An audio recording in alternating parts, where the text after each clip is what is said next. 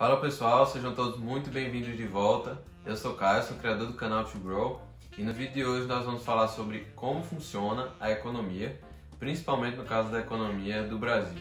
Esse foi um dos vídeos que eu mais gostei de fazer, então sem mais delongas, vamos pro vídeo. It's time to grow.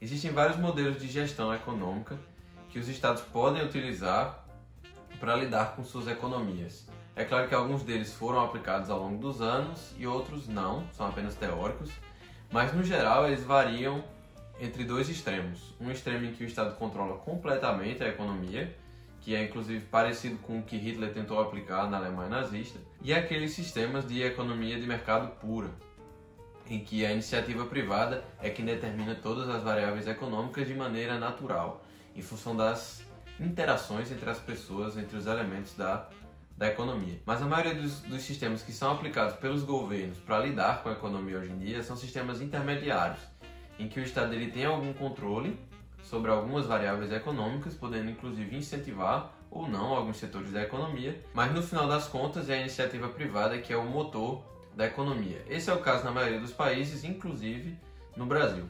No caso específico do Brasil, a gente costuma dizer que a economia ela é baseada em um tripé macroeconômico. Isso porque existem três elementos que são muito importantes para a maneira como o governo lida com a economia do Brasil. E o primeiro elemento desse tripé macroeconômico é basicamente o orçamento do governo, a meta de superávit ou déficit primário.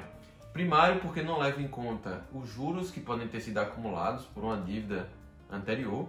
Nesse caso, quando leva em conta esses juros é chamado de secundário. E superávit ou déficit quer dizer apenas se, no caso do superávit, sobrou dinheiro, e déficit se faltou dinheiro. E essa meta, que é na verdade uma meta contábil do orçamento do governo, não é tão diferente dos orçamentos que a gente faz nas nossas casas. Nós normalmente temos gastos mensais, como luz, telefone, internet, água, que são gastos correntes, comuns, conhecidos, e alguns outros que podem acontecer ocasionalmente, como gastos emergenciais, como por exemplo bater o carro, uma consulta médica, no caso daqueles que não têm plano de saúde. E é muito importante que as pessoas tenham cuidado no caso desses gastos emergenciais, porque é possível que com o tempo elas contraiam dívidas. É claro que existem pessoas que acumulam dívidas mesmo sem os gastos emergenciais, mas é muito importante que a gente tome cuidado com eles, porque o fato de acumular dívidas pode nos levar a uma complicação importante, que é a dificuldade de conseguir crédito, de conseguir, por exemplo, fazer um financiamento para comprar um carro ou uma casa. E como eu havia comentado, isso não é tão diferente da realidade dos países. No caso dos países também existem gastos conhecidos, né, correntes. No caso das nações, normalmente essa planificação é feita por ano, né, mas existem os gastos conhecidos, como educação, segurança, saúde. E existem gastos emergenciais, como por exemplo o gasto com o Covid, com a pandemia que a gente vem vivendo nos 2 últimos anos.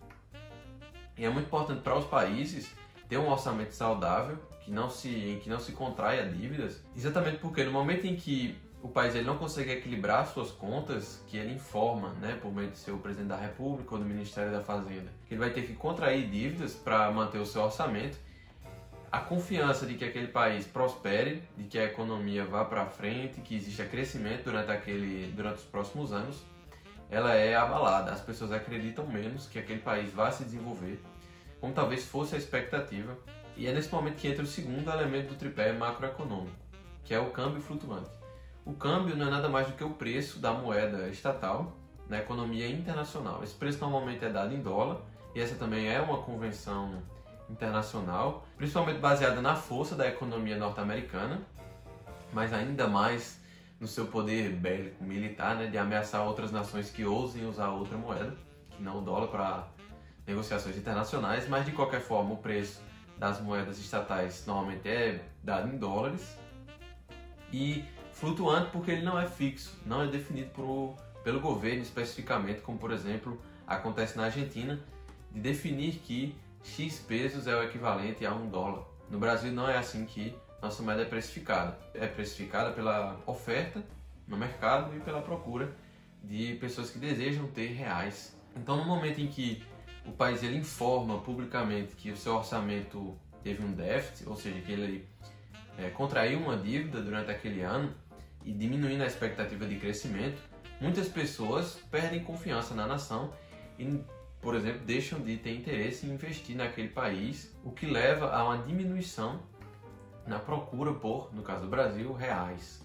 Mas isso pode acontecer em qualquer nação que usa o câmbio flutuante. Já no caso contrário, quando o país ele informa que o seu orçamento, que sua meta fiscal, ela foi respeitada, que existe um superávit, que tudo se passa bem, mais pessoas, mais investidores têm interesse em investir naquele país e há uma procura maior por essa moeda, elevando o seu preço no mercado internacional.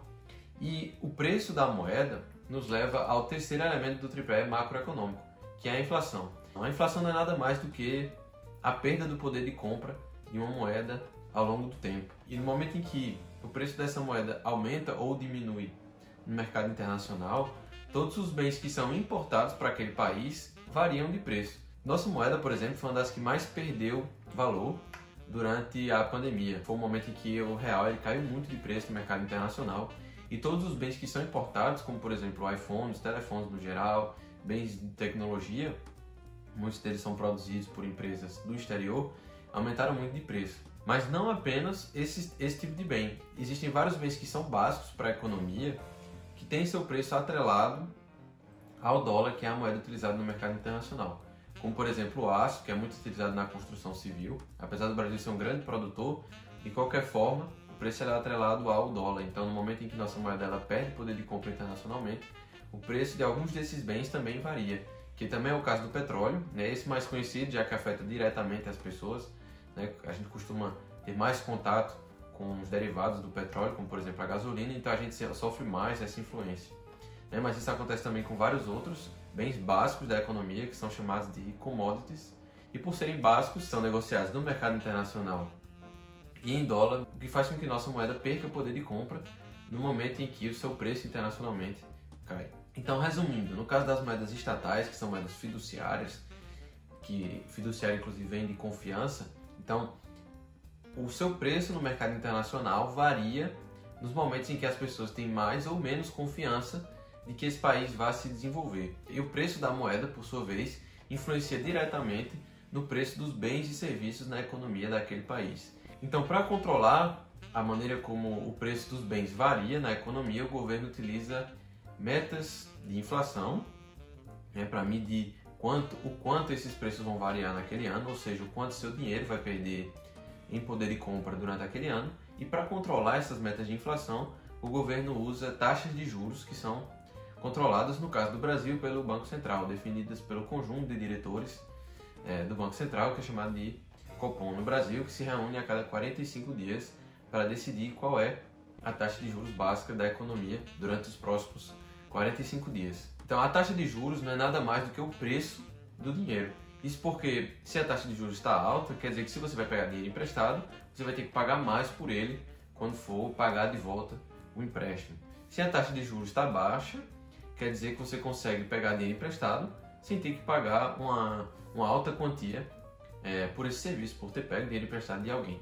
Então, no momento em que o governo vê a economia desaquecer, ou vê a economia arrefecer, ele tem interesse em baixar as taxas de juros para que as pessoas tenham mais facilidade em pegar dinheiro, ou seja, que no caso é chamado normalmente de crédito, então de pegar crédito nos bancos, fazer financiamentos para a compra de grandes bens, como casas, carros, mas também de pegar crédito para empreendimentos, o que aquece a economia, mas pode, já que as pessoas têm mais dinheiro nas mãos, por vezes aumentar o preço dos bens na economia, já que as pessoas têm mais dinheiro nas mãos, elas têm mais poder de compra, então tem mais procura pelos bens, para a mesma oferta, então o preço dos bens acaba aumentando. É nesse momento que o governo procura aumentar as taxas de juros para dificultar a obtenção de dinheiro, diminuindo a oferta de crédito e diminuindo também a procura por bens e serviços na economia, o que tenta equilibrar a inflação que começa a crescer nesse momento. Esse talvez seja o maior poder na mão dos governos,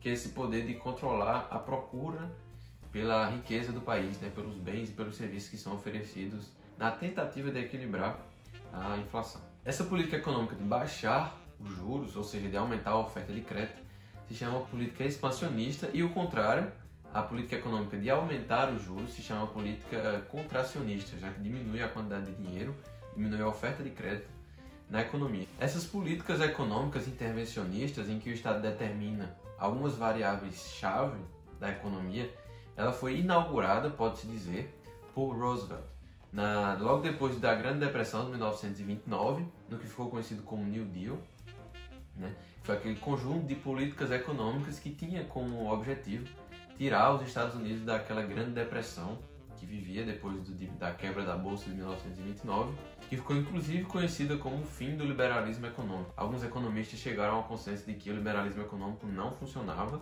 por ter levado os Estados Unidos àquela crise. E alguns anos depois, em 1936, John Keynes formalizou todas essas ideias no seu estudo da economia e as publicou na sua obra clássica, A Teoria Geral do Emprego, do Juro e da Moeda.